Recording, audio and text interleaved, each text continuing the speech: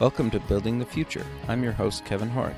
You can check out new episodes of the show every Tuesday and Thursday at 2 p.m. If you missed an episode or want to get more information about the show, please visit buildingthefutureshow.com.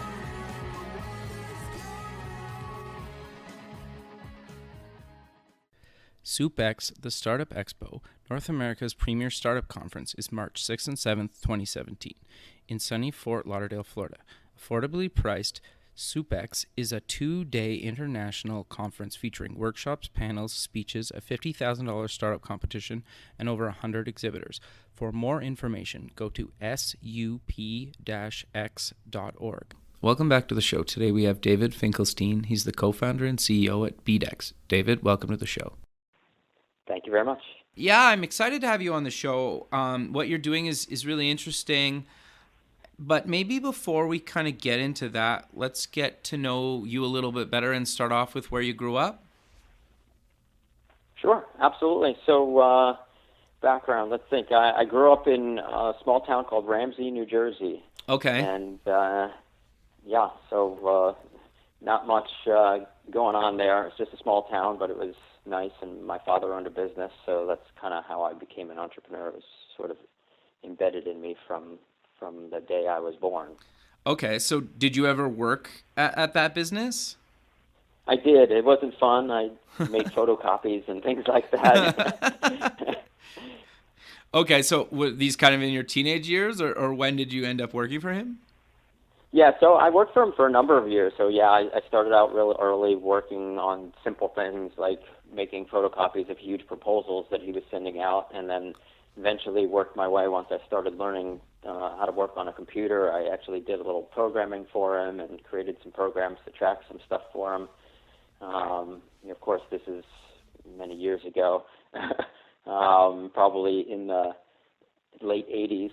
Sure. And then eventually I ended up over the summers, doing some more technical work for him. He ran an HVAC business in the New York, New Jersey area, and I ended up doing things like crawling through crawl spaces and measuring the heating and ventilation systems and things like that. Sure. That's fascinating, actually. So at what point did you decide to go get your degree? Yeah, so I went to Ramsey High School, and then I really didn't know what I was going to do.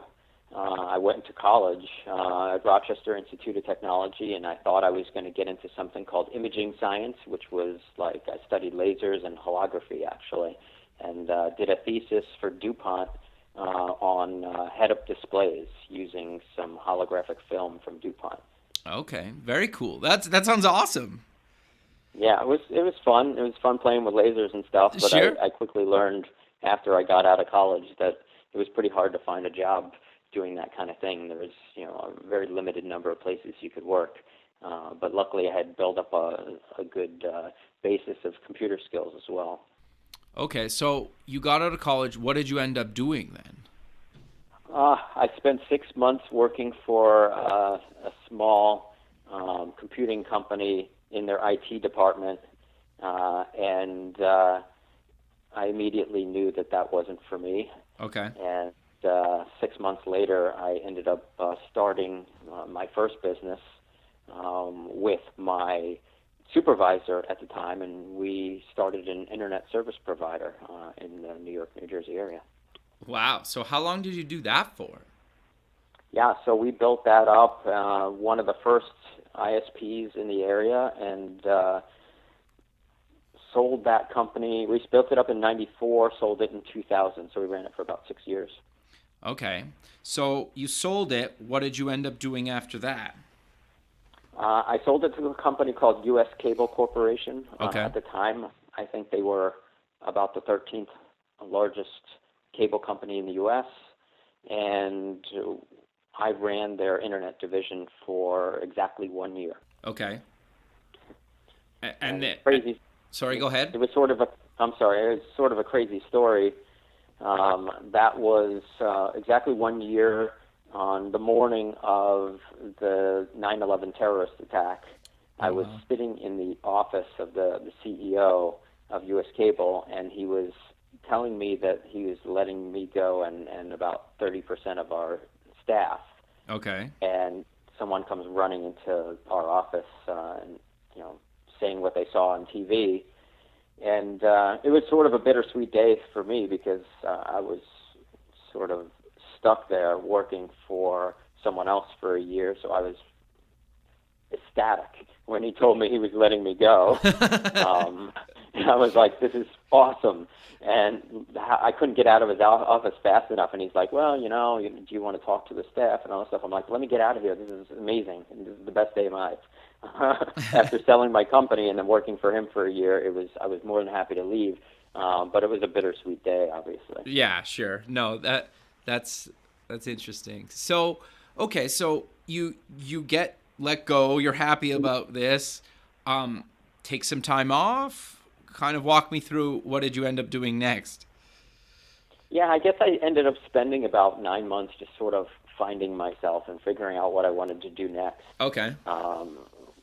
Spent some time with my wife at the time, and just we kind of drove up and down the East Coast and with our kayaks and had some fun.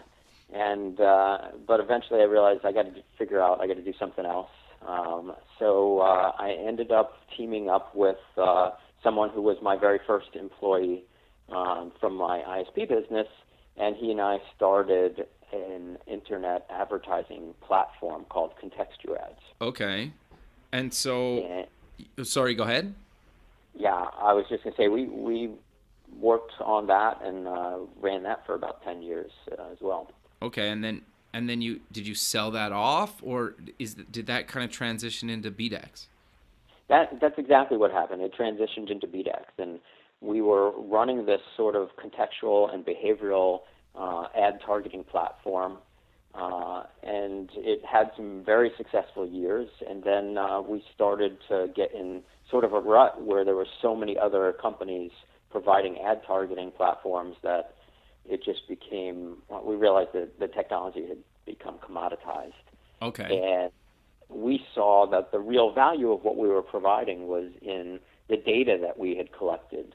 Sure. So we sort of set out to see if we could sell or license this data, and it didn't really exist. The ability to do that and to do it what we thought was the right way didn't exist, so we decided to build BDEX, which was sort of our answer to being able to provide a platform that enabled companies to buy and sell data in real time.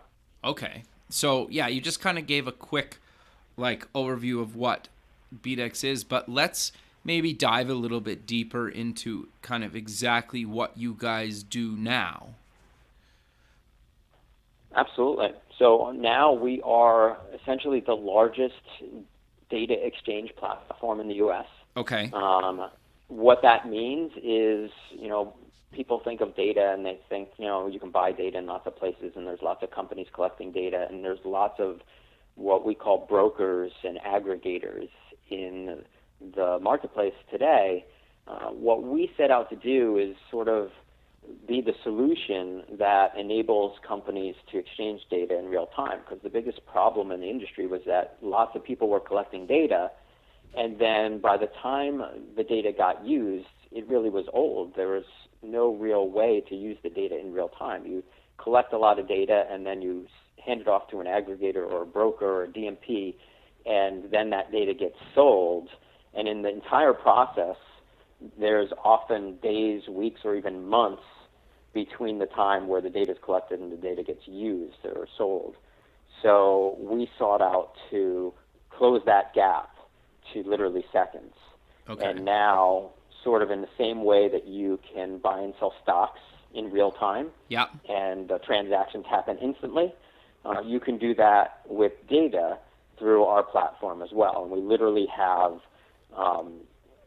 over 75 companies that are putting data into our platform via our APIs, that every time somebody does something online or on their mobile device, we even have data that comes through offline sources like POS systems in stores and things like that. You're able to access that data instantly. Okay, very cool. So you kind of just mentioned POS systems, but what kinds of data are you guys kind of buying and selling and pulling into your system? So right now it's all consumer profile data, so it's data about people. Okay. But that data could be anything from purchase data, so someone bought something online or offline, or just general interest data. It could just be that, hey, this person is clearly, Dallas Cowboys fan. So there's a general interest there.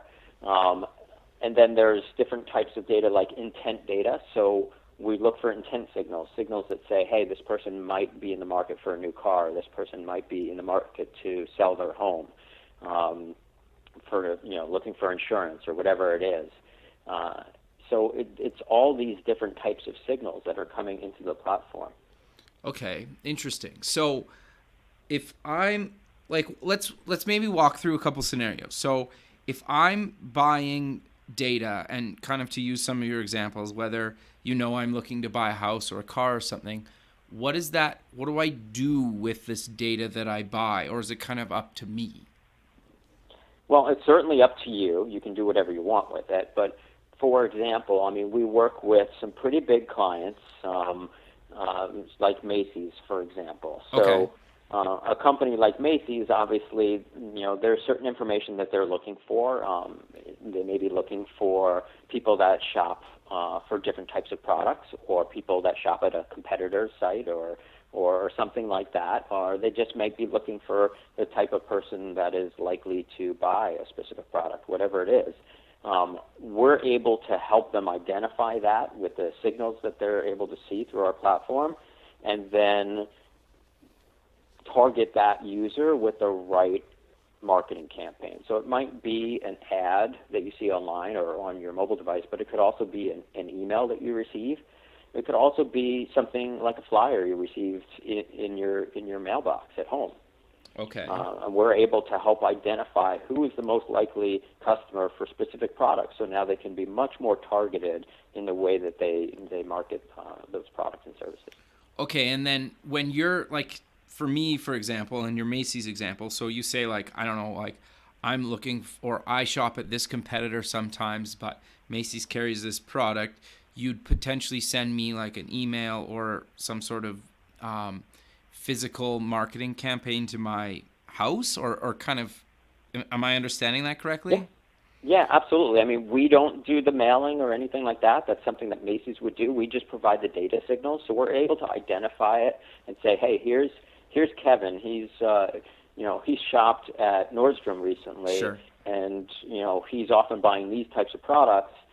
He looks like he could be in the market for the type of products that you're selling, and they literally can set up a query and say, hey, I'm looking for someone that has shopped here, has bought this type of product, has this kind of income level, and buys these types of products more than twice a year, whatever it is. They can Sure. set up this specific query of exactly what they're looking for. Who is the exact audience that they want to target? We just then identify that audience for them, and then they're able to go and do their marketing campaign. Got you. Okay, so it's obviously it's like any of those online platforms like Facebook ads, for example. You can get that specific. You guys are just doing that as well, but it's based on like real data, and you can decide which marketing channels. It just obviously doesn't just go to Facebook, right? Like that's interesting to me. Okay, very cool. So let's flip the side then. If I'm selling my data, how do I even begin to do that? Or like I come to you guys and said I have all this data looking to sell. What do you guys do with that, or how do you even start that whole conversation? Yeah, I mean, for us, it's easy. I mean, we have an API that enables that to happen, but there's a sort of a qualification process that goes on, because we want to make sure that when data is coming into the platform, that we know exactly where it's coming from. We know that you have the right privacy policies in place, and you have the right to sell that data. So we get inquiries, literally multiple inquiries per day.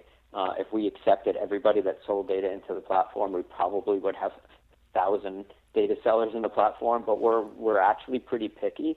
Okay. In making sure that the data that comes through the platform is is super valuable to the buyers that we have. And of course, most importantly, that whoever is putting that data into the platform, that they have the rights to sell that data. Okay, so how do you validate that? Like, that's got to be tricky. Yeah, I mean, it is. There's a whole vetting process.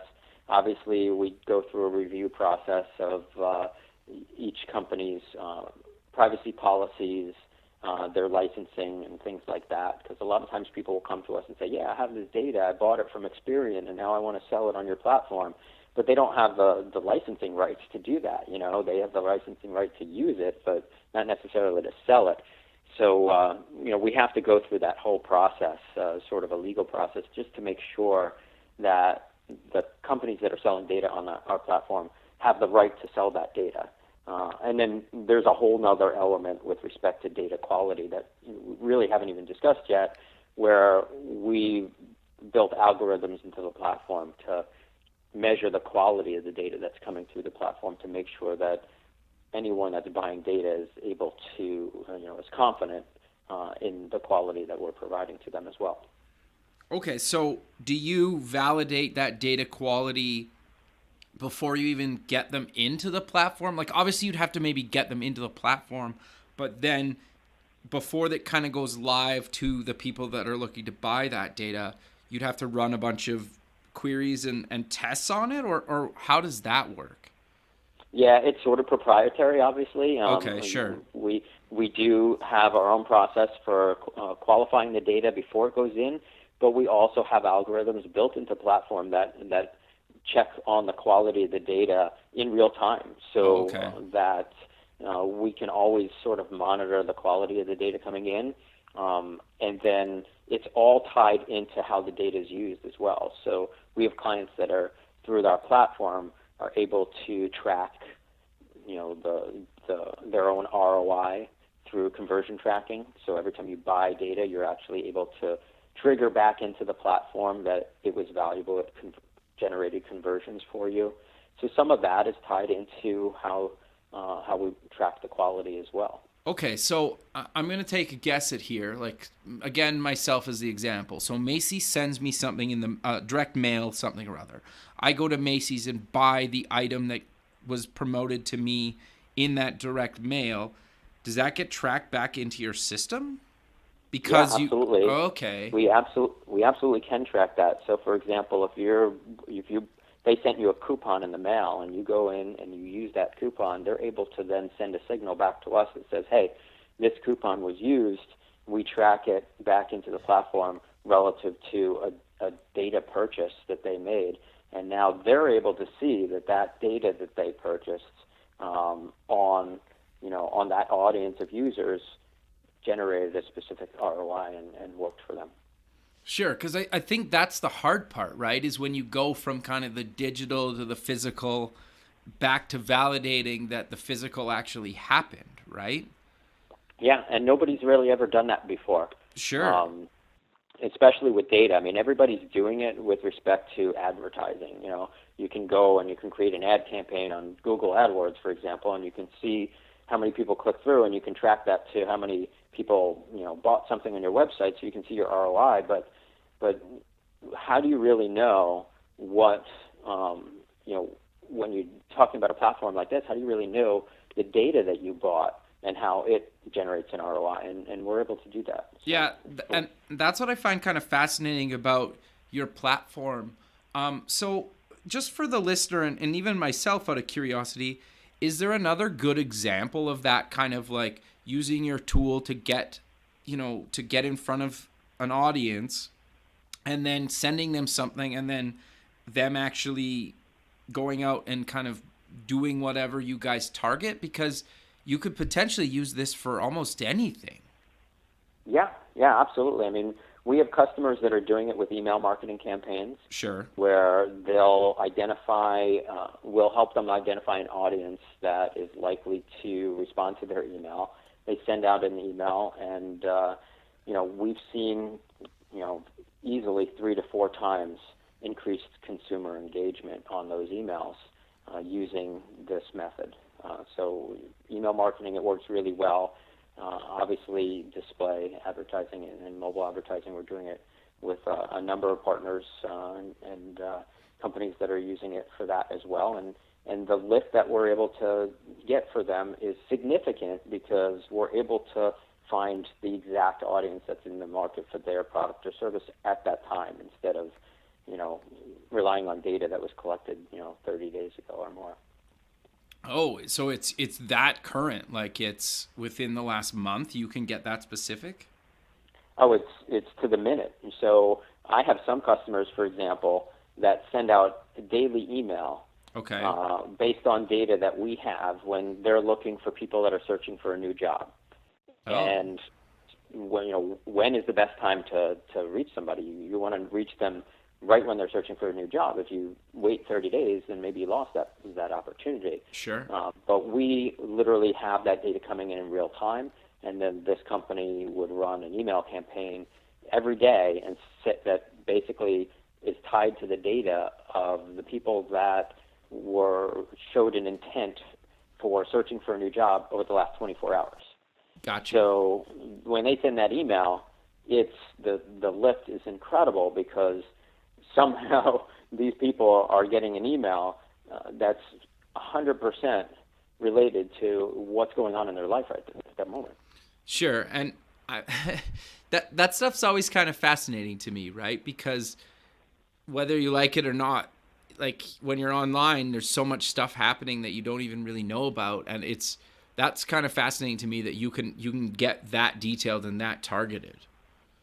Yeah, to me, we see the future of everything being targeted with data. Totally. Today a lot of ads and things like that are targeted with data, but there'll be a day when you can go to a website and everything, all the content, the videos, everything is sort of targeted to what's going on in your life simply because the data is there to know these things. And some people might say, hey, that sounds a little creepy to me, but the reality is it's going to make your life so much more convenient because now you won't have to search for everything you need. It'll just be there. Yeah. And when we work with other clients like, Williams Sonoma, who they want to know when someone moves to a new house. Sure. And it's really valuable to know as soon as someone registers to move to, change their address, and then they can have a catalog at that person's house the day they move in. So, hey, you may need some new home furnishings. Sure. It's about being able to anticipate a customer's needs and being able to be there right at the right time when they need you.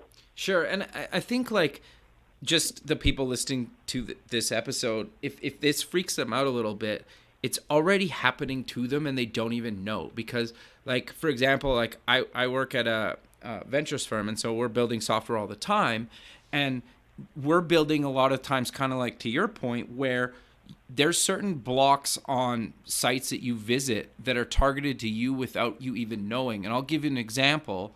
If you're coming to a certain websites from a certain part of the world that's, really say like government or education or natural resource focused, maybe that header image is going to be very like natural resource focused if you're from like a heavy natural resource part of the world. And yeah, that's very generic, but it's only going to get more targeted to you as the data and people start integrating this into your online experiences.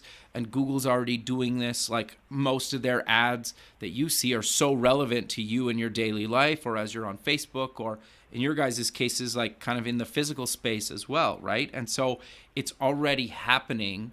And I think a lot of people don't realize that because they're like, every time I go to this website, I see something that's kind of related to me. It's like, well, in a lot of cases, if you went to that same website from a different part of the world, you might see a totally different website. And you just don't travel, right? Or you don't check that site out when you travel. Sure. Yeah, absolutely. I always give people the example of Amazon because, if you buy enough things at Amazon and you go back to the site, they start suggesting things based on previous purchases. You bought this, so you might be interested in that. And that's great, and that's one level of targeting, but it's all using what we call first-party data. So they're just using their own data. So once they're able to tie into our platform, which hopefully they will, Sure. then they'll be able to learn so much about you that when you go to Amazon, they're going to know so much more about what you like to buy, whether it's your first time there or your 100th time there. Right. And I think the other thing too that has really kind of started to pop up in the last year or so is well, Amazon has like the Echo and Google has Google Home now, where it's this little device that just sits in the corner that's kind of always on, always listening, and you can just talk at it and you can tell them just to like order things, right? That's all based on data. Yeah. And so Absolutely. like it's coming, and in a lot of cases it's already here. I just think the average person probably doesn't think about it, or is still maybe a few years out from having some of these devices in their house. But the nerds, and I would put myself in that category, already have these devices, right? And I love the convenience factor. Like the first thing I check in the morning is like Google Now, which is similar to that. And it's like, I want you to tell me my day. I want you to tell me the weather. I want you to tell me my meetings. I want you to tell me all this stuff, right? And that's all based on data. And the fact that you guys are in this space and kind of doing something kind of on that cutting edge of that is fascinating to me. Yeah. I mean, another great example is, we work with a bunch of auto dealerships and some of the organizations that do a lot of marketing for the auto dealerships. And how many times, I say this to people all the time, how many times do you get a flyer in the mail for $500 cash back on a new car? It's like you just get that and you throw it away every week. Sure. I can't imagine how many I get, but the data is out there to know when I'm actually going to get a new car. I mean, most people lease a car and then they get a new car every 3 or 4 years or whatever it is. The pattern exists. It's there. You can see when I'm going to be likely to get a new car, and it's not every week. Right. So, we're able to help those dealerships see this information about, when someone's lease is likely to be up, and then start sending them those offers a few months prior to when their lease is up. We're able to tie that and cross-reference it with a whole bunch of other lifestyle data, so if the person's likely to buy a truck or or a sports car. So that now, instead of just throwing all these flyers at you in the mail that they spend so much money on, and it's just all wasted, and we just throw it all out, they'll be able to send the right type of offer for the right type of car that is what you're most likely to buy, and they'll be able to send it when you're most likely to buy instead of just bombarding you. Sure, which is better, and interesting, right? And it's kind of the world that we live in currently, and it's only going to get more targeted and more convenient, right? Yeah, convenient is a great word to use for that. Absolutely. And I think, I love that convenience personally. Like I'm willing to I let Google have all my data, or for example, and I want that convenience, right? I kind of mentioned that earlier. But so I think people are going to just get more and more comfortable with this stuff, right? As it starts to roll out, and it'll just be something you don't even think about or even notice anymore. Yeah, absolutely. You'll actually just start to get used to that convenience, and you'll like it because it just makes your life that much easier. You'll no longer have to search for things and sort of spend all the time to try to find exactly what you need when it's being offered up to you. Sure. So I'm curious then, how do you guys, obviously, like when somebody buys data or sells data, there's people are paying for this stuff. So how do you guys kind of monetize from the buying and selling side? Good question. So we're a platform, so we charge a platform fee. Okay. So it's like a monthly fee? Yeah. Okay. Yep. So buyers that are buying data from the platform pay a monthly subscription fee, and that gives them access to a lot of the information that they can see in the UI, which tells them a lot about the data, but also then gives them access to the data. And then for every data purchase that they make, we charge a transaction fee. So the sellers in our platform, they actually set the price of their data, just like if you were to sell stocks, you'd say, okay, I want to sell it for this much. Gotcha. But you'll look at the market price, and you'll be able to see what the market is demanding for it. We do the same thing, so you're able to see the market price for the data that you have, and we suggest a price, and you can set the price wherever you want. You could set it above, below, or right at market price. And then buyers come in as they buy the data. They set their maximum price that they're willing to pay for it. The data is transacted, and then we get a transaction fee. Okay, so do you guys, like if I came to you and I have this data and let's hypothetically say you guys verify it, you're ready to put it into your system or let me put it into the system, do you guys suggest a price, or is it, how do you guys sort that out? Yeah, we do. So most of the data in our platform, we have, we're able to determine market price based on the buys and sells already in the platform. Okay. So we make a suggestion to you, and it's visible in the platform, so you can see and say, okay, well, it looks like my data is selling for, somewhere between $1 and $3 CPM. I'm going to set it at, $2. You can pretty much choose where you want to price it. And then we provide a bunch of tools within the platform that help you set the right price. So if you set the price and maybe you set it on the high side and it's just not selling, we actually show you how much data you missed out on selling because Oh, the price interesting. was too high. So there's reports that you'll be able to see that actually show you what we call them missed opportunities. Okay. And the missed opportunity report says, hey, you sold 1 million data points last month, but you could have sold 3 million if you had adjusted your price to here. So here's what we suggest you do. And it suggested a new price for you. Interesting. Okay.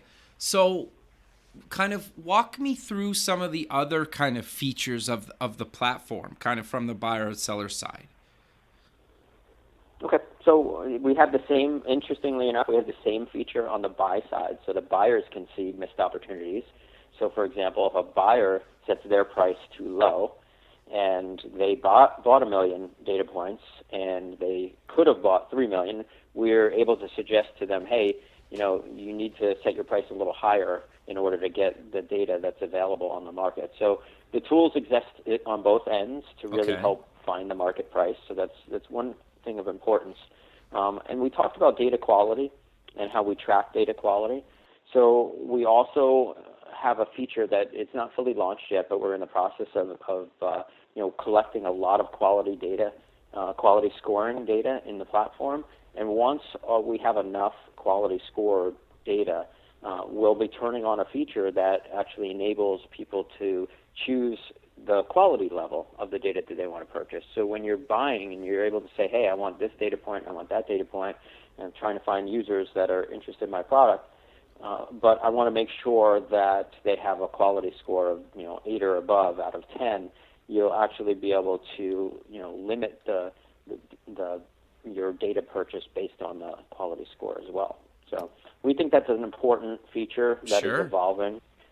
Because we believe that there's a lot of bad data in the marketplace today, and just everywhere. There's so many companies collecting data about us, and then there's companies that are reselling, old data that's been brokered over and over, that there's a lot of junk out there, to be honest with you. Sure. And a lot of people have run, for example, ad campaigns on a lot of the major ad platforms, and they've tested different data segments, and they find that they get no noticeable lift, whether they use this data segment or that data segment, and that's really because there's just a lot of data that exists out there that's just wrong. So, we feel that over time, as this feature evolves, it's going to play a really important role in the data industry and enable us to, one, provide feedback back to the industry, those companies that are selling data, so that they know where their good data is and where their bad data is, so that they can clean that up. And then two, for the buyers, people that are buying this data, they'll have the freedom to choose and to be able to make sure that the data that they buy is at the most highest quality. Sure. No, that makes a lot of sense. And that's interesting because you're right. Like, I'm sure anybody that's bought data before is it's really hit or miss and kind of a stab in the dark, right? Yeah, and remember, on most ad platforms, like if you're using data to target ads, you're renting that data, which means you're buying it over and over and over again. You have to pay for it every single time you display an ad impression or something like that. It gets really costly. And to target an ad campaign with data that just is not good it can be extremely costly, yet you really don't have anything to compare it by because you don't have the ability today to say, hey, I'm gonna keep track of whose data I use and measure the quality and then only use that data that had better quality. It just doesn't exist. So through our platform, our customers will be able to do that. Sure. No, that's awesome. You guys have a partnership program. Do you want to tell me about that? Yeah, I mean, we're partnered with all different types of companies, CRMs and DSPs and email marketing companies. We, depending on the usage of data, there's just so many different opportunities, to, for example, pull data into a CRM platform so that now someone can have their CRM database and then be able to identify their existing customers through some other data point. So, we're always looking to partner with companies that understand, the huge number of potential uses for the data that's in our platform. We sort of see the platform itself becoming an ecosystem in the sense that there's so many different ways to use the platform. There's so many different ways to use the APIs that other companies are coming to us and saying, hey, can you do this with the data? And I'm like, wow, yeah, I guess we can do that, and let's set it up. So we're always open to partnerships when people come to us and with questions and say, hey, can we use the data this way? We've definitely come up with some unique ways to use the platform that way. Sure. No, that's great, and I think that's partly like a really fascinating angle for this stuff, right? Is being able to integrate this stuff with your existing tools that you're already using in your business, and if you can just automatically pull in more data, it's kind of a no-brainer, right? Yeah, absolutely. I mean, we have insurance companies that are, tying our data into platforms that they use to help to determine insurance rates for people. I mean, it's just crazy. There's Really? all kinds of possibilities. Yeah. I suppose, right? And then, yeah, okay. No, that's interesting. So where do you guys kind of see you taking this thing, like over the next kind of, 6-12 months? Like you mentioned, kind of adding a scoring system, but is there anything else that you guys are hoping to kind of launch or you're working on in the next kind of 6 to 12 months? Yeah, I think the biggest things we're working on right now is just expanding the use of the platform. We're still pretty young. We've spent we're 2.5 years old, but we're really only live with the platform for less than a year. So it's still evolving so much, and we're still building integrations with DSPs and all kinds of other platforms that, for us, I think over the next year, we'll find that growing and building out all of the integrations with other platforms is probably going to be one of our biggest focuses. Sure. That makes a lot of sense. And so you guys are based out of Florida now, correct? Yeah, we're sort of all over the place. When we started out, we were here in Florida just because that's where myself and my partner were. But we then brought on a third co-founder who is based in Seattle. Okay. He's a 19-year veteran from Microsoft and then left Microsoft to join us as our CTO. Yeah, crazy story. He's also my college roommate. So that's awesome. We've known each other forever. Yeah, so we have an office out in Seattle, and then we have our sales office, which is in New York City. Okay, and then do you travel quite a bit, or not really? I'm not big on traveling, so okay. I'm really good. I'm really good at virtual meetings. Sure. We have a lot of them, yeah, I mean, I've been back and forth to Seattle a number of times. We just opened up our New York sales office about 4 months ago, so I haven't been there yet, but I will be there soon, I'm sure. Sure. That's great, David. So we're kind of coming to the end of the show, so maybe let's close the show with mentioning where people can get more information about you guys online and any other social media links you want to mention. Sure, yeah. I mean, we're our website is easy. It's BDEX.com, BDEX.com, and we're at BDEX on Twitter as well. Perfect, man. Well, I really appreciate you taking the time out of your day to be on the show, and I look forward to keeping in touch with you, and have a good rest of your day. Thank you so much. All right. Pleasure being on here. Thanks. Bye. Thank you.